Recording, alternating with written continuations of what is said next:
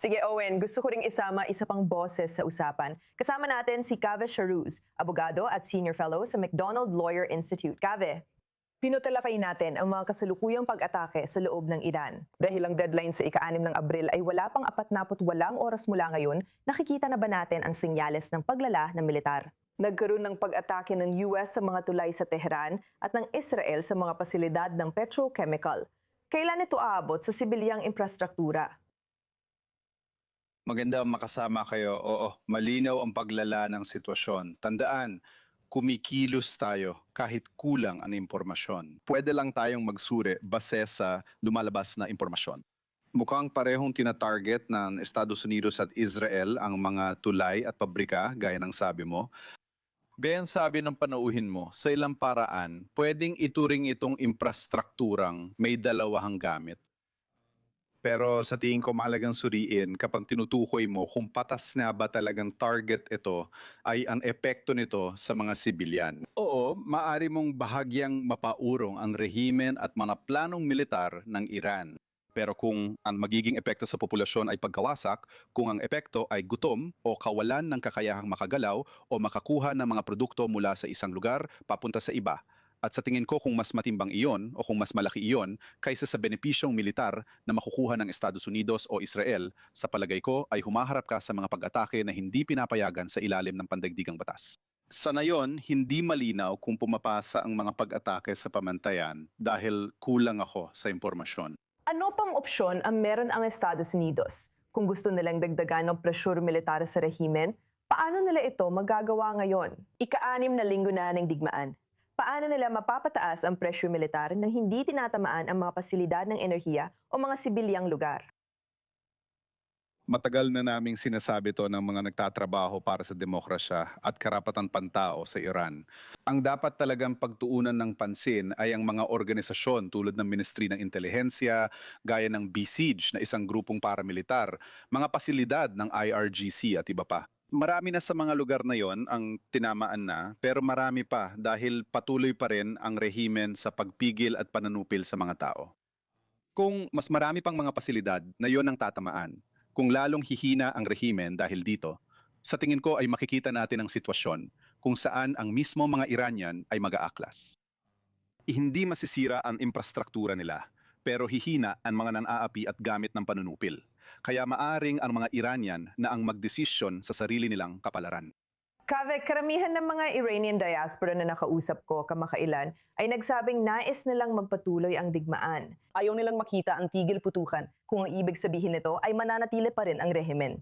Kung magpatuloy ang digmaan sa susunod na 48 oras, posibleng magkaroon ng pag-atake sa mga infrastruktura ng enerhiya, gaya na ipinangako ng Pangulo ng US. Paano ito titingnan hindi lang sa Iran, kundi pati sa Iranian diaspora? Sa tingin ko, ginagawang mas komplikado nito ang sitwasyon. Dati akong pabor sa digmaan para sa sarili kong dahilan at dahil sa mga nakausap ko sa bansa. Akala nila mabilis mapabagsak ng mga pag-atake ang rehimen. Habang patuloy ang mga pag-atake at nananatili sa kapangyarihan ng rehimen, tumataas ang panganib sa infrastrukturang sibilyan.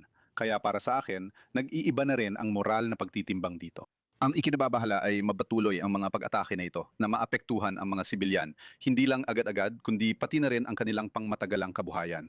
Ngunit nananatili pa rin ang rehimen sa kapangyarihan. Sa tingin ko, yan talaga ang pinakamasamang senaryo na kinatatakutan ng maraming tao. Sabi ng Pangulo ng Estados Unidos, may palatandaan na ang bagong rehimen na kasali sa dituwirang negosasyon sa pamamagitan ng Pakistan ay posibleng makatrabaho. Ibig sabihin ba nito, hindi na opsyon ang pagpalit ng rehimen? Hindi ko maintindihan ang ibig sabihin ni Pangulong Trump sa bagong rehimen. Wala namang bagong rehimen, pareho pa rin ito. Nagbago lang ang mga tao. May mga tao ba sa loob ng sistema na handang makipagkasundo? Siguro, nakikipagnegosasyon sila. Pero sa tingin ko, wala namang makokontento dyan. Para sa akin, lahat ng konektado sa rehimeng ito ay may bahid ng dugo sa kamay dahil sa ginawa nila sa mga sibilyan. Pero tapat pa rin sila sa Islamic Republic. Kaya kapag wala ng pressure sa kanila, asahan mong itutuloy nila ang pagbuo ng mga sandatang nuclear at pagpapalala ng kawalang tatag sa reyon. Kaya ano man ang sabihin nila, hindi ko pa rin pagkakatiwalaan ang sino mang konektado sa rehimeng ito. Anong daan palabas sa yugtong ito ng digmaan? Sa totoo lang, mahirap sabihin, pero naniniwala akong ang pagsuporta sa mamamayang Iranian at pagpapahina sa gamit ng panunupil ng rehimeng Iranian ang tanging paraan. Kung aalis si Pangulong Trump sa labang ito sa kasalukuyang anyo nito, sa tingin ko sa ilang paraan ay magiging tagumpay yon ng Iran, tagumpay ng rehimeng Iranian, dahil wala naman talagang layunin na tunay na naabot. Para talaga magkaroon ng daan palabas, sa tingin ko kailangan talagang bumagsak ang rehimeng ito. At hindi ibig sabihin na may bagong paksyon lang sa loob ng rehimen na aangat. Ibig sabihin, kailangan talagang bumagsak ang mismong rehimen. Sa tingin ko, mangyayari lang ito kung mabigyan ng pagkakataon ang mga Iranian na pabagsakin ang rehimeng ito sa lansangan. Kailangan dito ng mas matalinong pambubomba kaysa basta tamaan ang mga planta ng chemical at mga target na sibilyan gaya ng mga tulay. May senyales na ba ng bitak sa rehimen na kapag itinigil ang pambobomba, posibleng bumalik sa kalsada ang mga Iranian at magkaroon ng pagkakataong pabagsakin ng rehimen? Sa ngayon, mahirap malaman kung may mga bitak na sa rehimen. May mga hindi pagkakaunawaan sa mga elitista ng rehimen online, pero hindi ko alam kung sapat yon para magdulot ng bitak. Sa tingin ko, alam mo, kung mananatiling ganito ang sitwasyon tulad ng ngayon, hinala ko na matatakot ang mga Iranian na lumabas sa kalsada dahil sariwa pa sa kanila ang alaala na nangyari noong Enero at ang malawakang pagpatay na naganap. Kapag may malaking pag-atake sa mga rehimen, palagi kong inuulit ang linyang ito. Ang makinarya ng panunupil, himpilang broadcast ng Estado, Ministeryo ng Intelihensya at Basij. Kung masira ang mga yon, palagay ko babalik ulit sa lansangan ang mga Iranian dahil sawang-sawa na sila sa rehimen at gusto na nila itong mawala. Kave Sharuz, mahalaga ang iyong pananaw na dapat ibahagi habang nagpapatuloy ang digmaan. Salamat sa pagsama sa amin sa I-24 News English. Maraming salamat. Salamat! Dito sa Studio Owen, tinatalakay natin ang deadline na wala pang 48 oras mula ngayon. Ayon sa presidente ng US sa Truth Social na paulit-ulit na binibigyang diin ang nalalapit na deadline. Habang nangyayari ito, anong lagay ng negosasyon?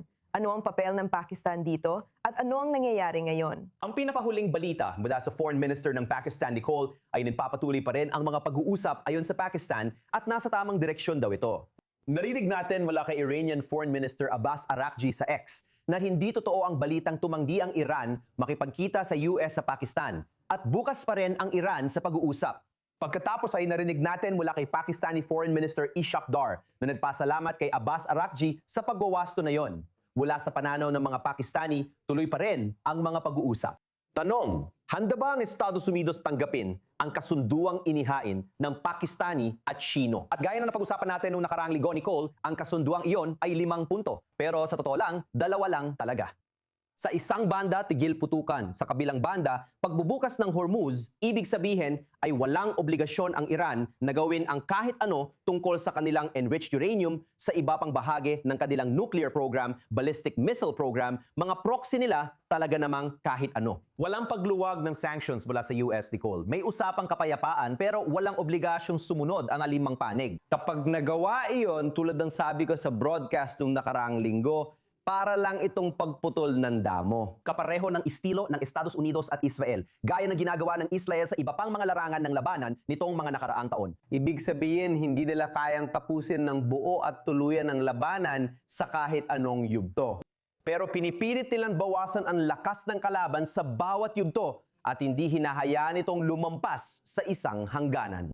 Parang damuhan na ginugupitan mo pero laging tumutubo ulit. Kaya paulit-ulit mo itong gugupitan dahil alam mong hindi naman talaga mawawala. Mamaya, baka pag-usapan din natin ang Lebanon sa programa. Mukhang pareho rin ang pananaw ng militar ng Israel sa kasalukuyang labanan sa Lebanon.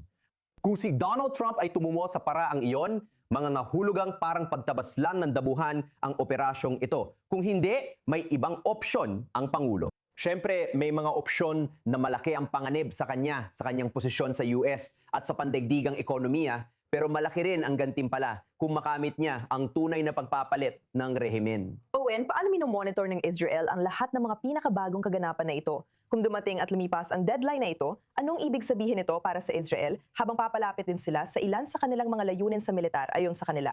Nicole, sa palagay ko, nagsisimula ng mapagod ang publiko sa paulit-ulit na pagtakbo sa mga silungan at sa pakiramdam na walang tiyak na katapusan ng operasyon.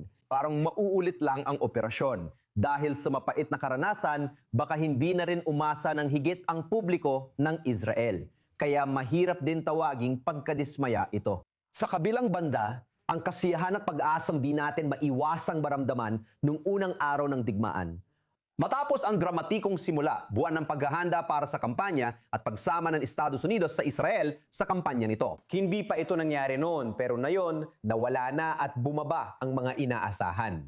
Sa politika ng Israel, may dalawang panig na nagde-debate kung dapat bang ikatuwa ng mga Israeli ang resulta o hindi. Magiging paksa ito kahit pahapyaw lang sa darating na eleksyon kung hindi man sentrong usapin. Kaya sa tingin ko, ang mga Israeli ay sinusubaybayan ito na may pagdududang dulot ng karanasan, pero nauunawaan nilang maaring tumagal pa ito ng kaunti. Kasabay nito, Nicole, tingin ko lahat ng panig ng politika ay nagpapasalamat sa anumang pinsalang mapupunta sa rehemen at militar ng Iran. Tiyak, bawat araw na lumilipas ay nagpapabigat sa publiko. Pero kung magkakaroon ito ng matagumpay na resulta, sa tingin ko ito ay isang bagay na maaring suportahan ng mga Israeli at mga Iranian. Talagang totoo yon.